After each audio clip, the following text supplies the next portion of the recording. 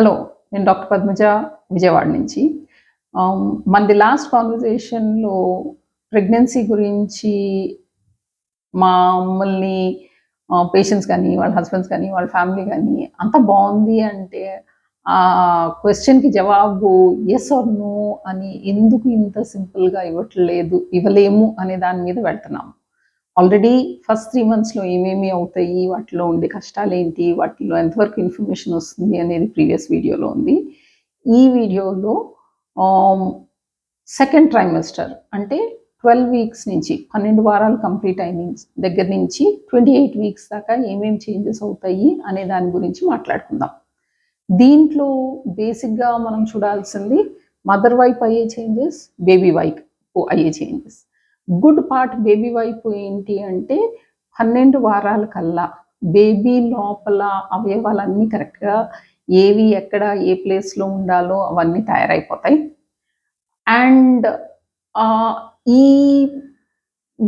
Organ డెవలప్‌మెంట్‌లో కానీ ఏదన్నా క్రోమోసోమల్ అబ్నార్మాలిటీస్ కానీ ఏదన్నా లీథల్ అబ్నార్మాలిటీస్ అంటే బయట పుట్టిన తర్వాత లైఫ్ ఏదైతే సస్టైన్ చేయలేకపోతుందో అలాంటివి బేబీస్ అందరూ కూడా ఈ మూడో నెల కన్నా కంటిన్యూ అవ్వరు. ఈ లోపే మిస్‌క్యారేజ్ అయిపోతుందనమాట.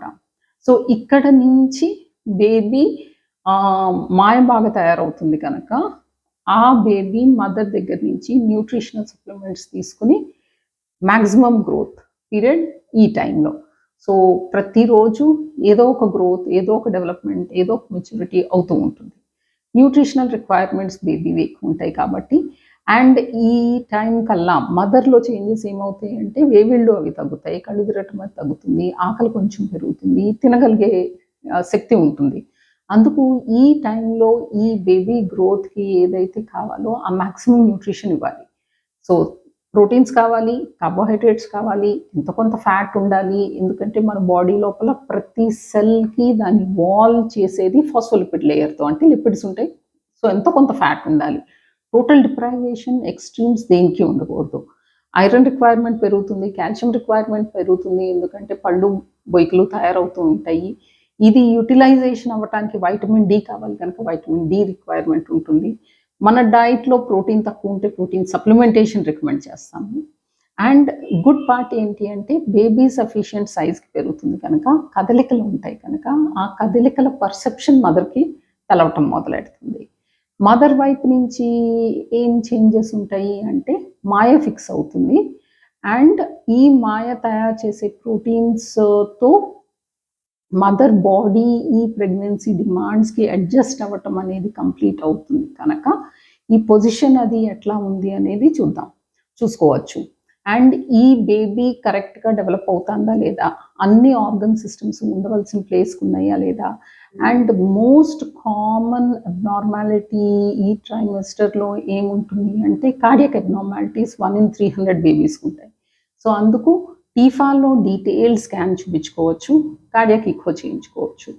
టీకాల వైపున మనం ఫ్లూ వ్యాక్సిన్ వేయించుకోమంటాము.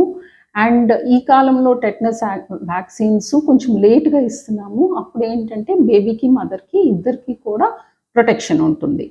సో ఇవన్నీ కూడా ఈ టైంలో అయ్యే చేంజెస్.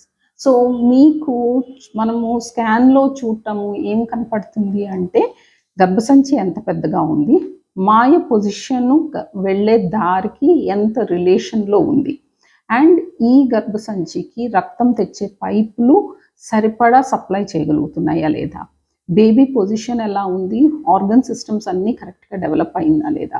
పొజిషన్ అంత ఇంపార్టెంట్ కాదు, ఎందుకంటే బేబీ తిరుగుతూ ఉంటుంది. కానీ అన్నీ కూడా మనము డిఫరెంట్ సెక్షన్స్ లాగా ఇలా చూసి అన్ని యాంగిల్స్‌లో డీటెయిల్‌గా చూస్తే 100కి 99% బేబీలో ఏదైనా డిఫెక్ట్స్ ఉంటే కనపడతాయి. ఈ డిఫెక్ట్స్‌లో కూడా మైనర్ అబ్నార్మాలిటీస్ ఉంటాయి, మేజర్ ఉంటాయి. మైనర్ వేరియేషన్స్ గురించి, ఐసోలేటెడ్ మార్కర్స్ గురించి మేము పెద్దగా వర్రీ అవ్వము. బ్లడ్ టెస్ట్‌లు అంటామా, ఇప్పుడు కూడా రక్తం ఎంత ఉంది, ఎందుకంటే మదర్‌కి రక్తహీనత లేకపోతే గుడ్ ఐరన్ స్టోర్స్ ఉంటే బేబీకి కూడా అదే ఐరన్ స్టోర్స్ చాలా చాలా ఇంపార్టెంట్. ఎందుకంటే baby brain development, neuronal connections ఇవన్నీ ఐరన్ మీద డిపెండ్ అయ్యే ఎంజైమ్స్ చాలా చాలా చాలా ఇంపార్టెంట్. ఈ పీరియడ్లో ఏది డిఫెక్ట్ ఉన్నా మనం పుట్టిన తర్వాత కాంపన్సేట్ చేయలేము.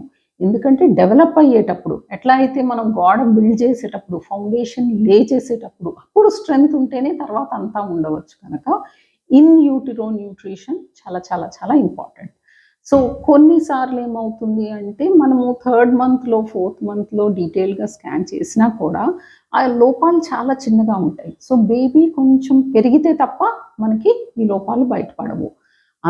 ఇలా లోపాలు ఉండేది 100లో ఒకళ్ళకి కూడా ఉండవు. సో మీరందరూ కూడా స్కాన్‌లో తెలియలేదు అని వరీ అవ్వటం కన్నా ఇప్పుడు కూడా డాక్టరు ఏదైతే గుడ్ ఫీచర్స్ చెప్తున్నారో వాటి మీద ఫోకస్ చేస్తే ఇట్ విల్ బి గుడ్.